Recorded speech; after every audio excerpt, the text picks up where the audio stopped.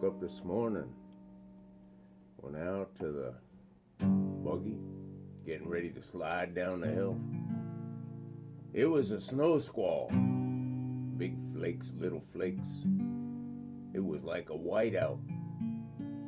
And here we are, looking for a rodent to come out of the ground.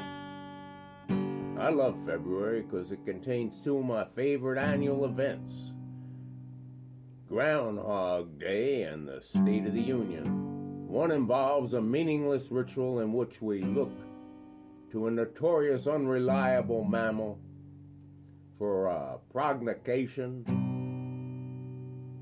with no basis in reality. And the other involves the groundhog. At 5 this morning,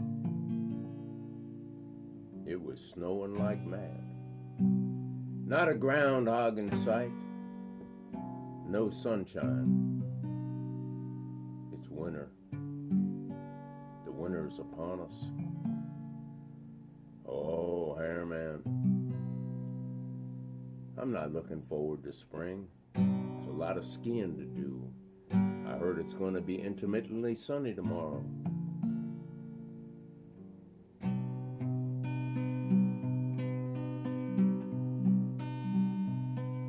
And I got a message that I need to fill in for a couple weeks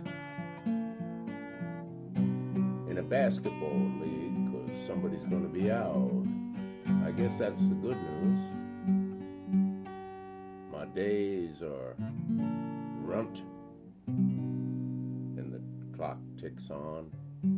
A distant traveler from a foreign land who goes about his kingdom vast, barefoot with a pack upon his back.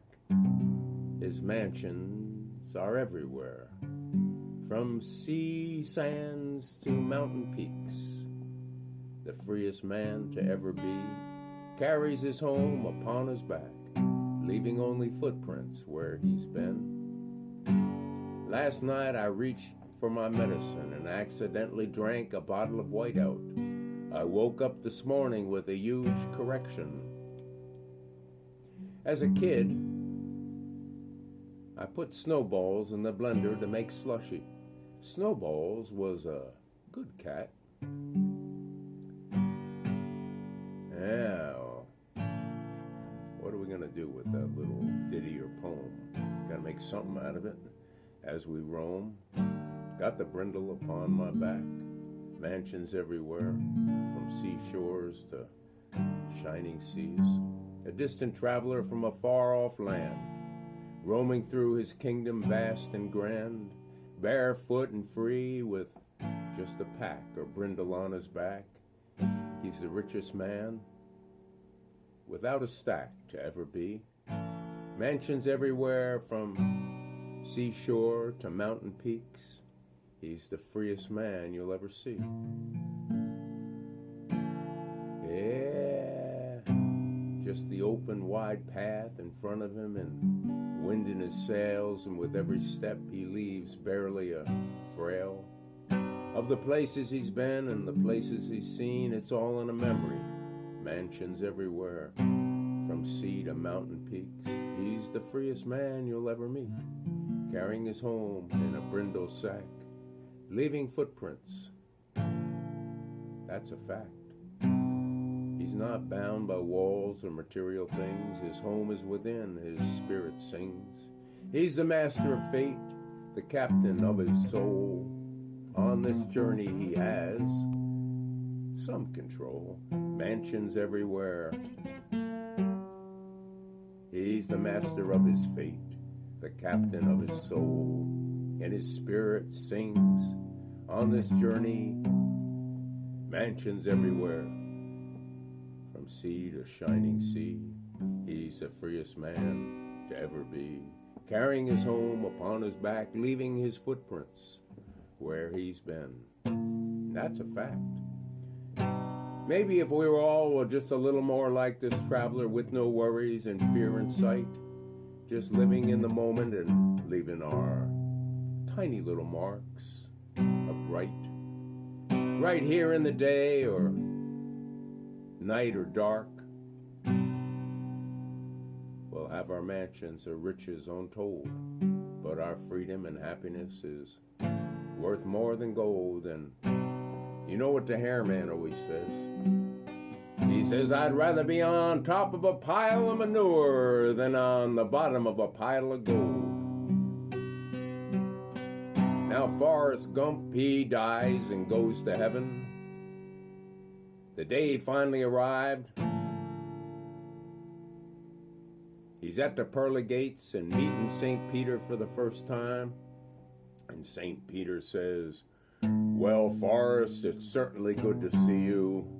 I must inform you that this place is filling up fast, and we've been administering an admittance test, an examination to everyone to see if they can get in. The test is short, but you have to pass before you can get in this heavenly pearly gate. Here's the questions, Forrest. What days in the week begin with T? How many seconds are there in a year? What is God's first name? And Forrest says, well, the first one, how many days in a week? Begin with the letter T, that's easy. St. Pete. That'd be today and tomorrow.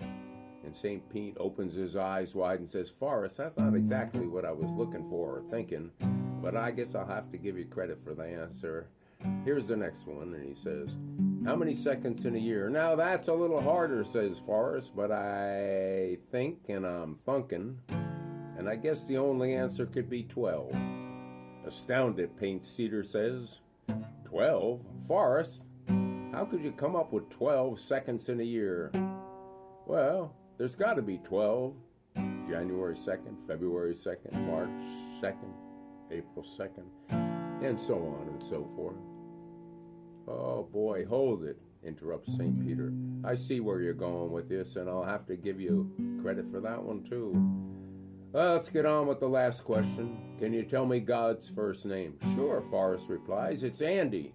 A-N-D-Y. Andy, exclaimed St. Peter, frustrated. Okay, I can understand how you came up with your answers for the first two questions, but just how in the world did you come up with the name Andy as the first name of God? Well, that was easiest one of all, Forrest said. Andy walks with me, Andy talks to me, and he tells me I'm his own. St. Peter opens the pearly gates and says, run, Forrest, run! I like a good corny joke.